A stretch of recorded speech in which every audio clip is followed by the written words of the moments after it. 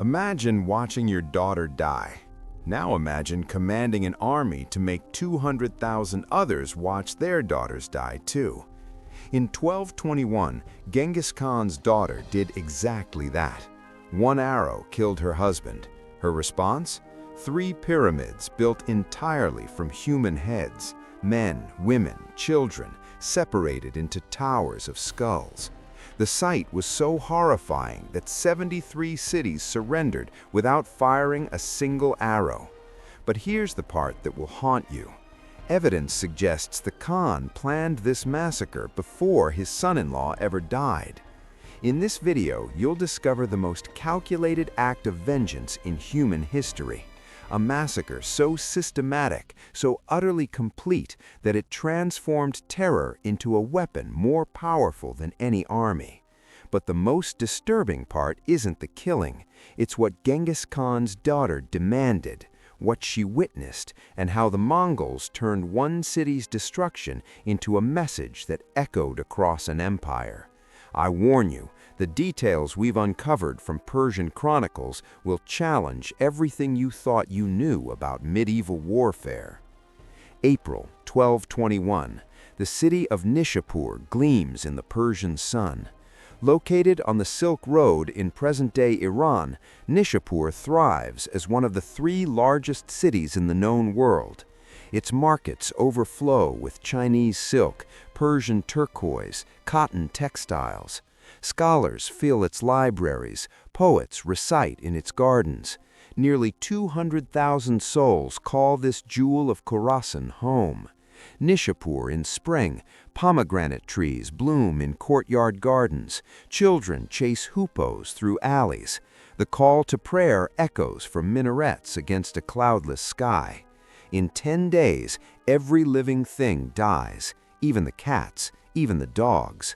The city's governor, Sharaf al-Din Amir Majlis, stands atop walls that have never fallen.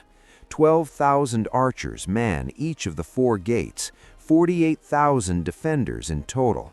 Behind him, the citadel rises on its artificial platform, built by the Samanids to be impregnable. He believes they can hold. The governor's final mistake? He thought walls could stop what was coming. He's wrong, because on the horizon, dust rises, not from a caravan bringing trade goods, from something that has already destroyed Bukhara, Samarkand, Balkh. The Mongol horde approaches, and they're not here to conquer, they're here to erase. 3 months earlier, in these same streets, something happened, something that sealed every soul's fate in Nishapur. A Mongol commander named Tokuchar, son-in-law to Genghis Khan himself, married to the Khan's daughter, rode through this city on a routine enforcement mission. An arrow struck him in the neck. He died instantly, dead. The city celebrated. They'd killed a Mongol prince. One arrow bought 200,000 death sentences. Surely this would send a warning. Surely this proved they could resist.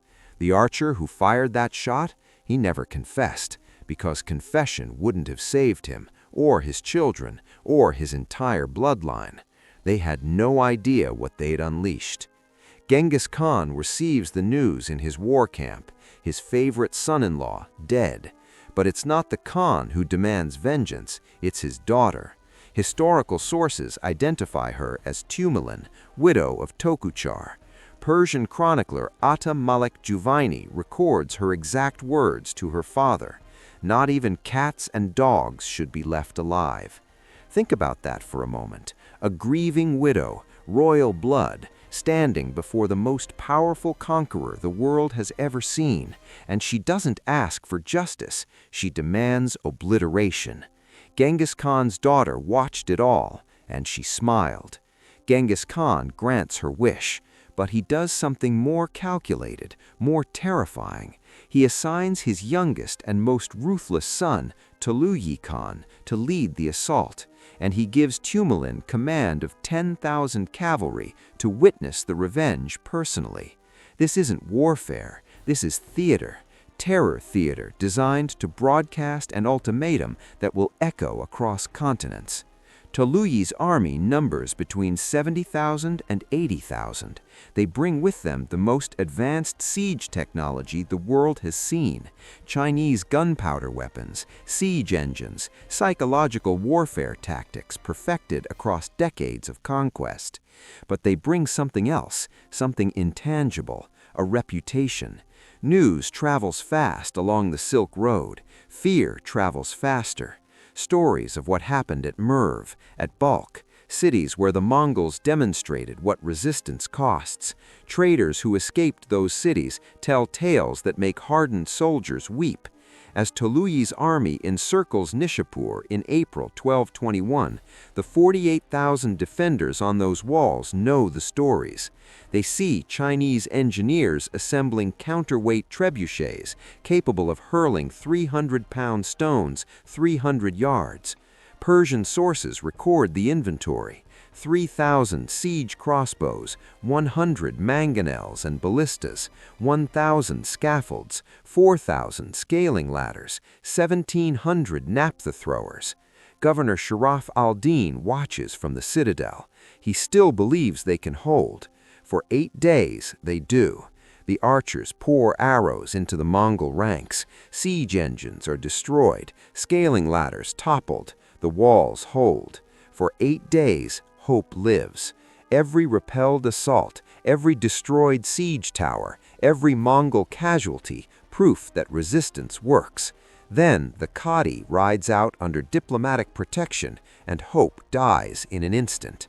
Not with violence, with a simple refusal: you cannot return. Hope doesn't die in battle, it dies in betrayal of ancient laws. On the 9th day, the city's chief Qadi, their highest religious authority, Maulana Rukn al-Din, requests permission to negotiate. Perhaps they can surrender, pay tribute, spare the population. Sharaf al-Din agrees. The Qadi rides out under a white flag, ancient laws of diplomacy protecting him. He reaches Toluyi's tent, makes his plea. Toluyi listens, then refuses to let him return. The Qadi watches from the Mongol camp as the assault intensifies. He realizes the truth that Sharaf al-Din cannot accept. This isn't a siege, it's an execution, unstoppable. But what happened next changed everything. Dawn breaks on the 10th day, April 10th, 1221. The bombardment that morning sounded different, coordinated, systematic. Every siege engine fires simultaneously at 70 different points along Nishapur's walls. The stones have barely stopped falling when the assault begins. Imagine standing on those walls. You fought for 9 days. Your arms ache from drawing the bow. You've watched friends die. The Mongols have shown no mercy, but you've held. You've proven your courage. Then you see them coming. Not in waves, not in charges, in a flood.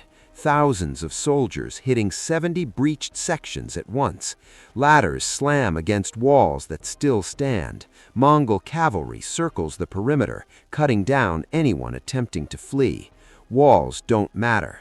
Within 47 minutes of the wall breaches, Mongol cavalry penetrates 6 blocks deep into the residential quarter. Governor Sharaf al-Din rallies defenders in the central marketplace. He fights with the ferocity of a man who knows defeat means extinction. Historical accounts describe him cutting down Mongol soldiers even as his own blood pools beneath him. He falls around noon, a sword through the chest. With his death, organized resistance collapses, but the killing doesn't stop. It intensifies, because now the Mongols implement the plan, the choreographed, methodical plan that Genghis Khan and his daughter designed. Mongol commanders order their troops to stop advancing. Instead, they establish perimeters, seal every exit, every gate, every sewer, every underground qanat that supplies the city's water. Nishapur becomes a killing jar. If you were a merchant's wife in Nishapur that morning, you'd wake up to the sound of stones hitting stones, dust sifting through roof tiles, your children asking why the ground shakes. You'd tell them it's thunder. You'd be lying, and you'd know in that moment when the walls crack open and sunlight pours through stone that you'd just told your children the last lie they'd ever hear. House by house, street by street, they execute a house-by-house clearance. Not random, not chaotic, organized, surgical precision, like surgeons removing a tumor. Survivors are herded into the central square, the same marketplace where Sharaf al-Din made his final stand. Families cling to each other, parents shield children, the elderly pray. Toluyi arrives on horseback, commanding his 10,000 cavalry. She surveys the crowd. Somewhere in these masses stands the archer who killed her husband, but she doesn't search for him because everyone is guilty. She gives the order. The massacre begins at dusk and continues for 10 days. But here's what makes Nishapur different from every other Mongol conquest. It's not just the scale, it's the precision, the calculation. Every person in Nishapur receives. But here's what historians don't teach: the psychological cost to the Mongols themselves. Persian sources record something unusual after Nishapur. Mongol soldiers, veterans of countless battles, begin showing signs of what we'd now recognize as trauma. Some refuse orders, others desert. A few are executed for insubordination. Even Toluyi, Genghis Khan's beloved youngest son, develops what Persian physicians describe as melancholia of the soul. Night terrors, refusal to sleep without guards, compulsive hand-washing. Historical accounts suggest he turns to heavy drinking after the campaign. He dies young, likely from alcoholism, in 1232, just 11 years after Nishapur. Did the massacre haunt him? We'll never know, but the timing is suspicious. Tomalun, the widowed daughter who demanded the annihilation, disappears from historical records after 1221. Most Mongol princesses are well documented. Their marriages, their children, their political roles, all recorded. She vanishes, as if history itself couldn't bear to follow her story after what she witnessed. History never forgets. Modern historians argue about whether the Nishapur death toll is authentic. Some believe the 1.7 million figure is propaganda, exaggeration to inflate Mongol terror. But excavations by the Metropolitan Museum of Art in the 1930s revealed something chilling. A 3,500-hectare archaeological site south of modern Nishapur. Archaeologists found layers so thick with ash that their tools turned black. Mass graves 30 feet deep containing remains stacked in alternating layers, 10 bodies horizontal, 10 vertical. A disposal method suggesting organized mass execution protocols. And beneath everything, a sudden, complete abandonment circa 1221. Before, a city of 200,000 voices, markets humming with negotiation, scholars debating in libraries, mothers singing lullabies. After, silence so complete that Mongol soldiers report hearing their own heartbeats, wind moving through empty streets, ravens calling to each other across the bone fields. One layer of habitation, then destruction so thorough that the city didn't recover for over a century. The archaeological evidence supports the chronicles. Something unprecedented happened here. And here's the hidden detail that changes everything. The skull pyramids weren't dismantled. They weren't buried. They stood for years. Travelers along the Silk Road reported seeing them for decades after the massacre, bleached white by the Persian sun, picked clean by carrion birds, standing as monuments to the cost of resistance. When Rui González de Clavijo, ambassador of Henry III of Castile, visited the region in 1404, 183 years later, he reported ruins and scattered bones still visible. Nearly 2 centuries, and Nishapur hadn't recovered. But here's the part they don't tell you in history class, the detail that reveals the true genius and true horror of what Genghis Khan did. Nishapur wasn't the worst city to resist the Mongols. Samarkand resisted, Urgench resisted, Merv resisted, and Merv's massacre possibly killed 700,000 people. So why did Nishapur's destruction work so much better as propaganda? Because of Toguchar. Genghis Khan didn't just lose a commander at Nishapur, he lost a son-in-law, family. And in Mongol culture, family vengeance is sacred, absolute, unstoppable. The Khan weaponized his daughter's grief, turned personal tragedy into strategic advantage.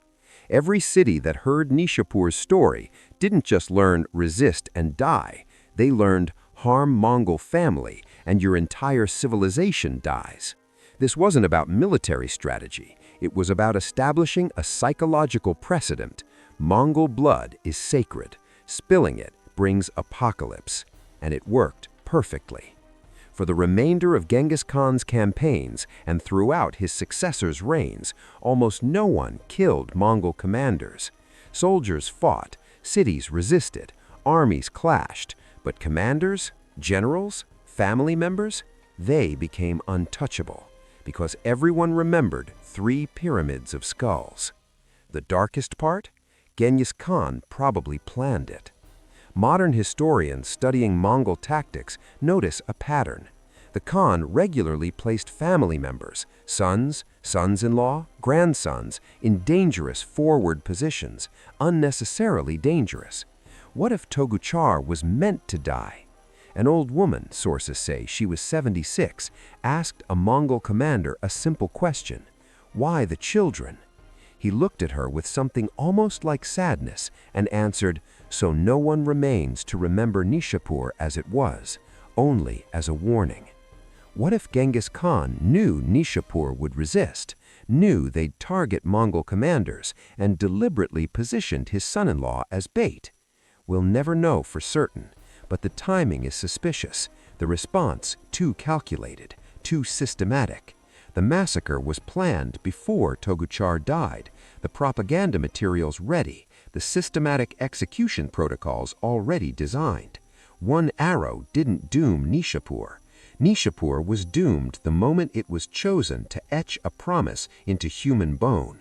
Toguchar's death just gave that message a face, a story, an emotional narrative that other cities couldn't ignore. Genghis Khan himself reportedly said, "I destroy one city completely, and 99 surrender without bloodshed. Tell me, which path spills less blood, the quick death of the defiant or the slow death of prolonged war?" The logic is flawless, and that's what makes it terrifying. The most terrifying truth about the Nishapur massacre isn't the death toll, not cruelty, calculation. It's the calculation behind it, the cold, strategic use of human suffering to achieve a military objective. Calculation beats rage. Genghis Khan didn't destroy Nishapur in rage, he destroyed it in methodology. The Mongol destruction of Nishapur in 1221 fundamentally changed warfare. Every military academy today studies Nishapur, not for the tactics, for the psychology. How do you conquer an empire without fighting? You make one city an example so horrifying that the next 100 cities surrender at the sight of your banners. Before Nishapur, armies conquered cities for plunder, territory, resources. After Nishapur, terror became a strategic asset. Psychological warfare proved more effective than siege engines. This legacy echoes through modern military doctrine, the concept of shock and awe, strategic bombing campaigns designed to break civilian morale, even modern terrorism, using spectacular violence against civilians to influence political decisions. All trace their roots to Genghis Khan's calculated use of terror at Nishapur. The Geneva Conventions, established after World War II, explicitly prohibit the kind of collective punishment the Mongols practiced. International law now recognizes that terrorizing civilian populations is a war crime. These laws exist because of examples like Nishapur. The city itself eventually recovered. Modern Nishapur in Iran's Razavi-Khorasan province thrives today with 200,000 residents. The ancient ruins lie buried south of the modern city, a 3,500-hectare memorial to what was lost. but the pyramids are gone. The skulls dissolved into dust centuries ago. The physical evidence of the massacre faded. What remains is the story, the lesson that echoed through 73 cities, the precedent that shaped empire, not history, blueprint, and the reminder that the cruelest weapon humans have ever invented isn't nuclear, isn't chemical, isn't biological. It's the calculated use of fear. One arrow, one death, 1.7 million lives extinguished in response. Genghis Khan's punishment of Nishapur stands as history's most calculated act of vengeance, a massacre so systematic that it prevented 73 other cities from even closing their gates. The skull pyramids are gone, but the lesson remains. Some crimes are so horrifying that they need no repetition. Fear alone does the work. If you want to explore more dark history that shaped our world, our next video examines the torture methods that ended the Knights Templar and why their last Grand Master's final words still haunt historians today. The past is darker than we're taught, but understanding it helps us recognize when history threatens to repeat.